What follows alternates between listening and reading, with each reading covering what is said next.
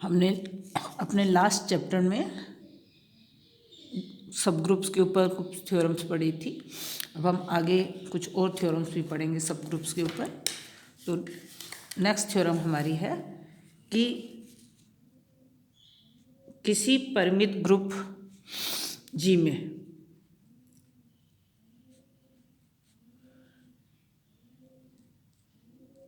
का अरिक्त उपसमुच्चय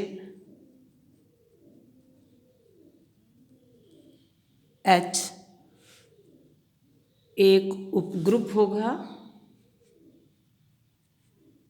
यदि और केवल यदि if and only if A belonging to H, B belonging to H implies AB belongs to H।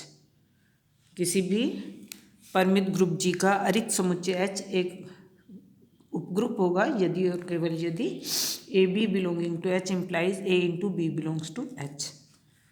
Proof देखें इसका। पहले नेसेसरी कंडीशन।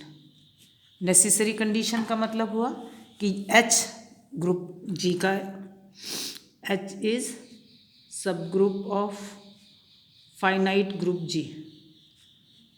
परिमित ग्रुप G का H एक सब ग्रुप है। तो H उसका सब ग्रुप है, इसका मतलब क्लोजर प्रॉपर्टी इसमें सेटिस्फाई होती है। मीन्स A और B यदि H के अवयव हैं तो ये इम्प्लाई करता है कि A B belongs to H। तो नेसेसरी पार्ट तो हो गया। देन आता है सफिशिएंट पार्ट, प्रतिबंध की पर्याप्तता। माना H G का नॉन एम्प्टी सबसेट है, नॉन एम्प्टी सबसेट है। हमें प्रूव करना है कि ये सब ग्रुप है और ये नॉन एम्प्टी सबसेट इस तरह से है यदि A और B H के अवयव हैं तो A B भी H का अवयव है। हमें सिद्ध करना है कि H G का उपग्रुप है। टू प्रूव H इज सब ग्रुप ऑफ G। ठीक है। अब ये स्पष्ट है कि H G की संक्रिया के लिए समर्थ है, क्लोजर प्रॉपर्टी इसमें संतुष्ट होती है। चूंकि H G का सबसेट है और G में हमारे पास सहचारिता गुणधर्म विद्यमान है, इसलिए H में भी सहचारिता गुणधर्म विद्यमान होगा, एसोसिएटिव प्रॉपर्टी विद्यमान होगी। ठीक है। तो H के अवयवों में भी सहचारिता गुणधर्म है। अब फिर हम देखें कि मान लीजिए A H का कोई अवयव है तो by closure property A H का अवयव है, A G का भी अवयव है और H में हमारे पास गुणधर्म है कि A इंटू B H का अवयव है। तो A into A means A square H का अवयव है। इसी तरह से A क्यूब H का अवयव है, A की पावर M H का अवयव है। ठीक है। तो इस तरह की उससे इसका मतलब क्या हुआ, H में अनंत अवयव है। हमारे पास A square A cube A की पावर M है तो A की पावर M+1 भी, ये सब के सब H के अवयव हैं, अनंत अवयव है।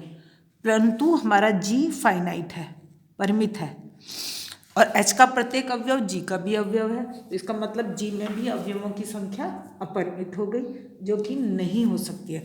इसका मतलब क्या होगा कि हमारे पास कुछ संख्या के बाद अवयवों की पुनरावृत्ति शुरू हो जाएगी। ठीक है। तो हमने माना कि R greater than S greater than 0 पर A की power R is equal to A की पावर S। ये क्या शो करता है कि A की power R minus S is equal to E। क्योंकि R minus S R greater than S है, पॉजिटिव है, इसलिए ये एक प्राकृत संख्या है। मीन्स E जो है H का तत्समक अवयव है, H में विद्यमान है। ठीक है। पुनः R minus S minus 1 is greater than equal to 0। ठीक है। इसका मतलब A की power R minus S minus 1 भी H का अवयव है। अब हम इस तत्व को देखें E A इनवर्स। E हमारा है A की power R minus S A inverse, that is A की power R minus S minus 1 जो कि H का अवयव है। और E A इनवर्स क्या हुआ, A inverse means A inverse H का अवयव है। अर्थात H के प्रत्येक अवयव का प्रतिलोम भी H में विद्यमान है, इसलिए H G का सब ग्रुप है। क्योंकि प्रत्येक अवयव का प्रतिलोम विद्यमान है, क्लोजर प्रॉपर्टी संतुष्ट होती है। ठीक है, next theorem.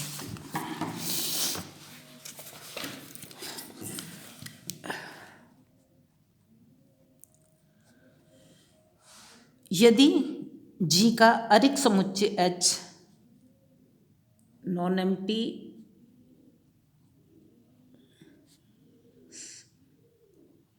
Subset H of G is a subgroup of G, यदि और केवल यदि A B belonging to H implies A into B belongs to H and A belonging to H implies A inverse belongs to H।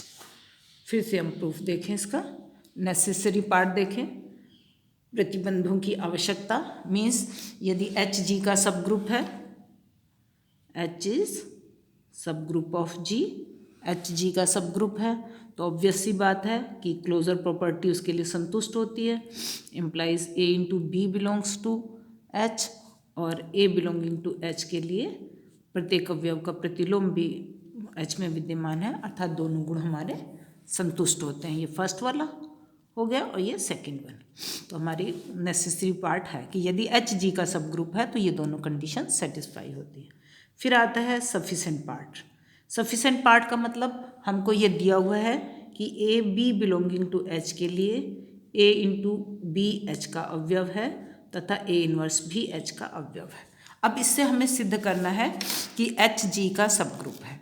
H G का सब group होने के लिए हमें कौन कौन सी प्रॉपर्टीज़, प्रत्येक अवयव का प्रतिलोम विद्यमान है, ठीक है, और A यदि H का अवयव है तो A इनवर्स भी H का अवयव है, तो इसका मतलब हुआ A इनवर्स क्लोजर प्रॉपर्टी से मीन्स E H का अवयव है, अर्थात H में हमारे पास तत्समक अवयव विद्यमान है, H में तत्समक अवयव विद्यमान है, प्रतिलोम विद्यमान है, तो इसलिए H G का सब ग्रुप है। ठीक है, नेक्स्ट थ्योरम।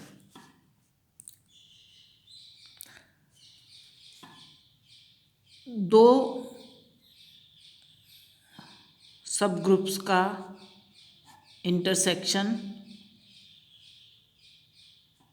इज सब ग्रुप ऑफ G। G के किन्हीं भी दो उपग्रुपों का सर्वनिष्ठ इंटरसेक्शन ऑफ एनी टू सब ग्रुप्स, G के दो सब ग्रुपों का intersection is a subgroup of G। Proof देखिए, माना H1 तथा H2 G के दो सब ग्रुप्स हैं, ठीक है, तो हमें निश्चित रूप से दोनों में तत्समक अवयव विद्यमान है, इसका मतलब H1 इंटरसेक्शन H2 में भी तत्समक अवयव विद्यमान है। एक अवयव तो कॉमन है, means this is not equal to 5, कि H1 इंटरसेक्शन H2 अरिक्त समुच्चय नहीं हो सकता है। तो माना A और B H1 इंटरसेक्शन H2 के कोई दो अवयव हैं, ठीक है, A बिलोंग करता है H1 इंटरसेक्शन H2 को, मीन्स A H1 को बिलोंग करता है, A H2 को बिलोंग करता है। B बिलोंग करता है H1 intersection H2 implies B belong करता है H1 को, B बिलोंग करता है H2 को, ठीक है। अब H1 और H2 दोनों ग्रुप G के सब ग्रुप हैं। A H1 को बिलोंग कर रहा है, B H1 को बिलोंग कर रहा है, इसका मतलब हुआ A B इनवर्स H1 को बिलोंग करता है। पुनः A बिलोंग कर रहा है H2 को, B बिलोंग कर रहा है H2 को, मतलब A B इनवर्स बिलोंग करता है H2 को। इन दोनों को एक साथ ले लें तो क्या शो करेगा, A B इनवर्स बिलोंग करता है H1 इंटरसेक्शन H2 को। तो हमने A और B H1 इंटरसेक्शन H2 के दो अवयव लिए थे और सिद्ध कर दिया कि A B inverse H1 intersection H2 का अवयव है, अर्थात हमारा H1 intersection H2 is a subgroup of G। और इसको अगर हम जनरलाइज करें तो क्या हो जाएगा कि G के H1 H2 HN यदि सब ग्रुप हैं तो इनका सर्वनिष्ठ means H1 intersection H2 intersection HN is a subgroup of G। ठीक है, कितने भी संख्या में सब ग्रुप्स हों उनका इंटरसेक्शन भी G का सब ग्रुप होता है। क्लियर। नेक्स्ट थ्योरम हम लेते हैं, union of two subgroups, union of two subgroups of G is a subgroup of G if and only if one is contained in another।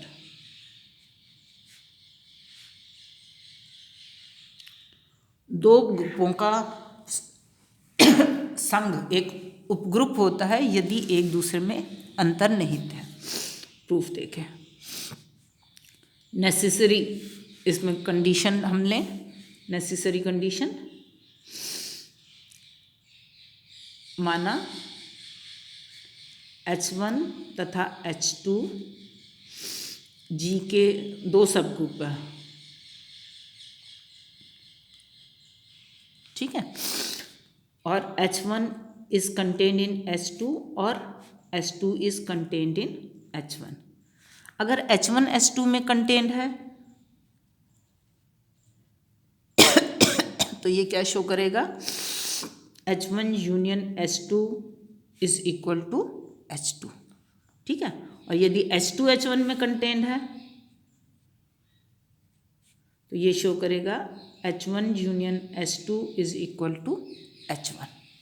ठीक है, तो इस प्रकार से अब H1 अगर H2 में कंटेन्ड है और H2 हमारा सब ग्रुप दे ही रखा है तो ऑब्वियस सी बात होगी H1 यूनियन H2 सब ग्रुप है। और इसी तरह से अगर H2 H1 में कंटेन्ड है तब भी H1 यूनियन H2 सब G का सब ग्रुप होगा। सफिशेंट पार्ट देखें हम, सफिशेंट पार्ट का मतलब है कि हमें यह शो करना है कि H1 तथा H2 तो G के सब ग्रुप हैं और H1 यूनियन H2 भी G का सब ग्रुप है यदि, तो या तो H1 H2 में कंटेन्ड है या H2 H1 में कंटेन्ड है। H1 and H2 are two subgroups of G। H1 union H2 is a subgroup of G। हमें सिद्ध करना है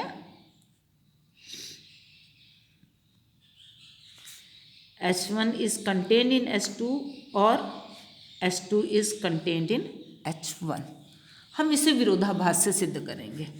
ठीक है, विरोधाभास से कैसे, माना हमने कि H1 H2 में कंटेन्ड नहीं है तथा H2 भी H1 में कंटेन्ड नहीं है। H1 H2 में कंटेन्ड नहीं है, इसका मतलब क्या हुआ कि कम से कम एक अवयव A ऐसा होगा H1 का कि A does not belongs to H2। There exists A belonging to H1 such that A does not belongs to H2। इसी प्रकार H2 H1 में कंटेन नहीं है, इसका मतलब हुआ कि एक अवयव B ऐसा होगा H2 का कि B does not belongs to H1। ठीक है, अब देखो A हमारा H1 को बिलोंग करता है, means A H1 union H2 को बिलोंग करता है। B हमारा H2 को बिलोंग करता है, मतलब B हमारा H1 यूनियन H2 को बिलोंग करता है। अब A H1 यूनियन H2 को बिलोंग करता है, B H1 यूनियन H2 को बिलोंग करता है, इन दोनों को एक साथ ले लें तो AB बिलोंग करता है H1 यूनियन H2 को। अब AB बिलोंग करता है H1 यूनियन H2 को। ठीक है, और क्या शो करेगा ये कि AB बिलोंग करता है H1 को अथवा AB बिलोंग करता है H2 को। ठीक है, अब AB बिलोंग करता है H1 को, A बिलोंग करता है H1 को और H1 एक सब ग्रुप है। इसका मतलब हुआ A inverse AB belongs to H1 means B belongs to H1, जो कि एक विरोधाभास है।